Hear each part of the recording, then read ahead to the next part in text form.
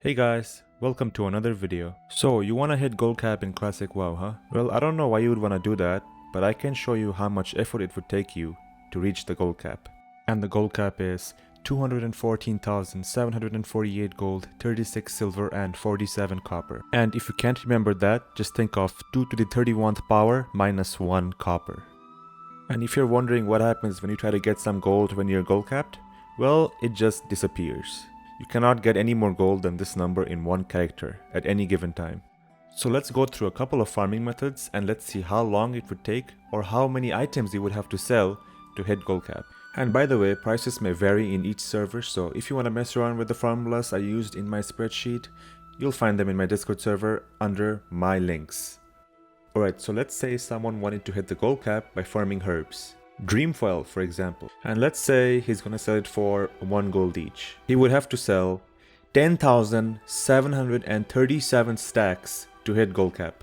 Okay, so what if you wanted to sell something a bit more expensive like righteous orbs? Very well, even if you sold them at 25 gold each, you would have to sell 8,590 righteous orbs to hit gold cap.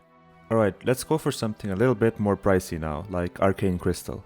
If you are a miner farming 1 an hour, selling them for 85 gold each, you would have to sell 2,526 pieces of arcane crystal, which would take you 2,526 hours to farm. Yikes, am I right? That's a lot of farming. Alright, now let's talk about the Black Lotus, the most expensive regent for the most expensive consumable in game currently. In my server, where they sell for 175 gold each, you would still have to sell 1,227 pieces to hit gold cap.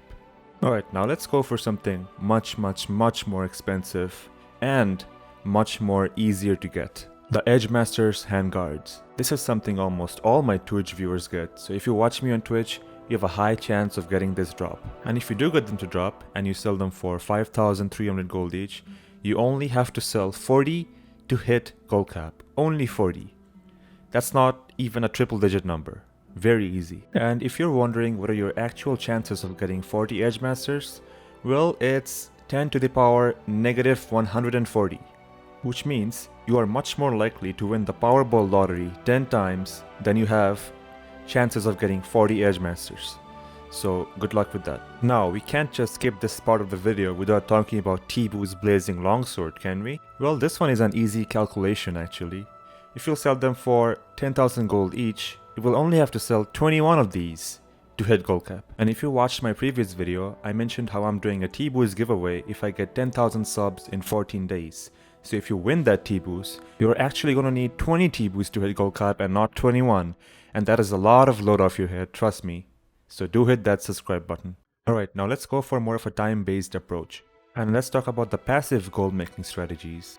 And by passive gold making strategies, I mean these. Let's say a person has leveled 10 level 35 accounts with one of these professions.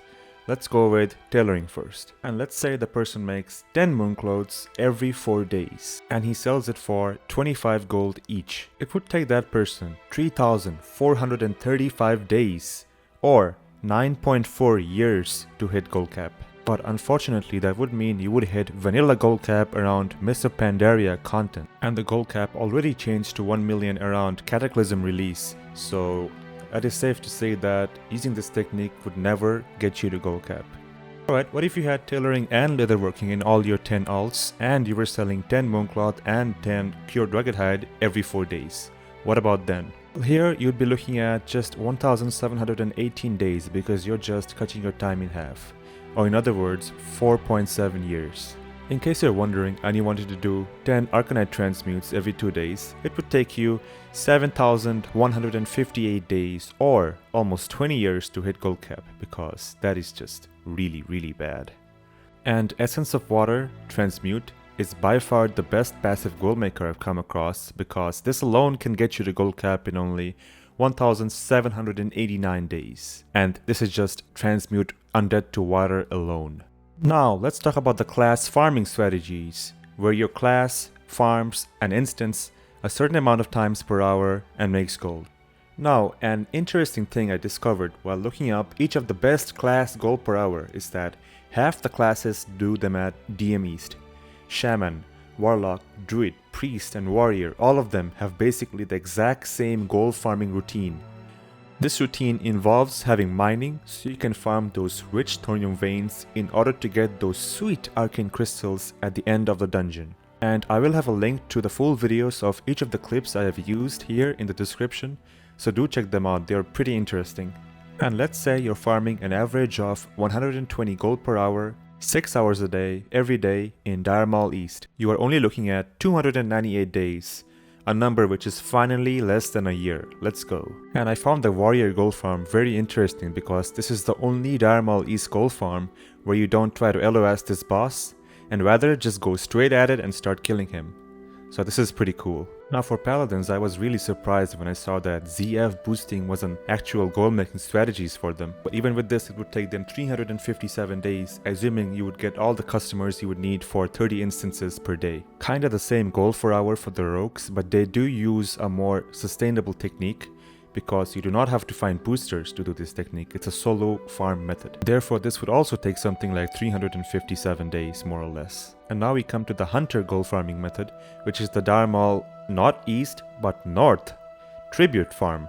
Now this technique has the potential to make a lot of gold depending on the population of the server you are in, because a lot of people pay a decent amount of money to get the Dire Maul tribute buffs so they can do better in their raids. So if you're farming every day 6 hours a day during those raiding peak hours, you can actually hit gold cap in 223 days. Now we finally come down to the mage. Obviously all of you know that the mages are the best gold farming class in the entire game. Mages also have the most amount of techniques you can do to farm gold. Now let's say you're doing the best mage gold farming method, which is the ZG mage boost, and let's say you're consistently making 350 gold per hour every day 6 hours a day. It would take you only 102 days, which is less than 4 months to hit gold cap. I mean, I've been doing this myself and I have just hit 22k gold in just 12 days of farming. Mages are just too OP, and if that makes you feel bad, don't worry, that'll all change in TBC. And let me just throw this last one out there. If you make 30 gold per hour selling portals and water, and you do this 24 hours a day, every day, it would take you 300 days to hit gold cap. Alright guys, that's all I have for the video. If you enjoyed, do leave a like and subscribe. Do it!